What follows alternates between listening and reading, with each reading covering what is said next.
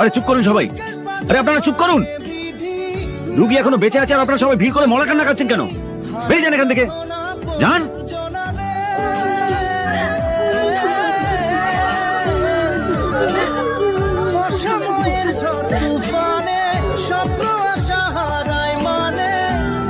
ঠাম্মা, দেখো আমি তোমার ঘরে ঢুকেছি, এই লাঠি নিয়ে আমাকে তাড়া করবে না। যাওয়ার আগে একবার আমাকে প্রাণ ভরে মেরে নাও। এ নাও। তুমি শুয়ে শুয়ে খুব হাসছো না?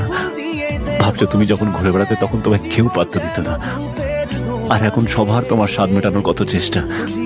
কি করবে বলো, সবাই এরকম, আমিও তো এরকমই ছিলাম।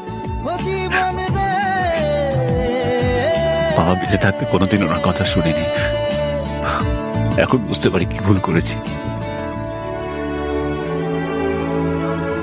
শিবা, ঠাকুমা, শিবা।